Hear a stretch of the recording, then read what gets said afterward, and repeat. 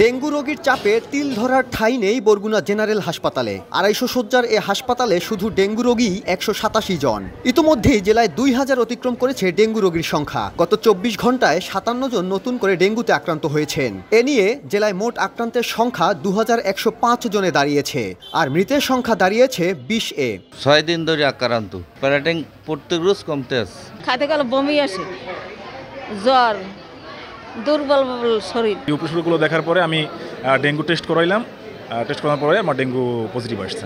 এদিকে বাড়তি রোগীর চাপ সামলাতে হিমশিম অবস্থা হাসপাতাল কর্তৃপক্ষের। জরুরি পরিস্থিতি মোকাবেলায় হাসপাতালে ১২ জন চিকিৎসক ও ১০ জন নার্স পদায়ন করা হলেও এখন পর্যন্ত ৪ জন নার্স ও ৫ জন চিকিৎসক যোগদান করেছেন। চিকিৎসকরা বলছেন, দিন দিন অবনতি হচ্ছে ডেঙ্গু পরিস্থিতির।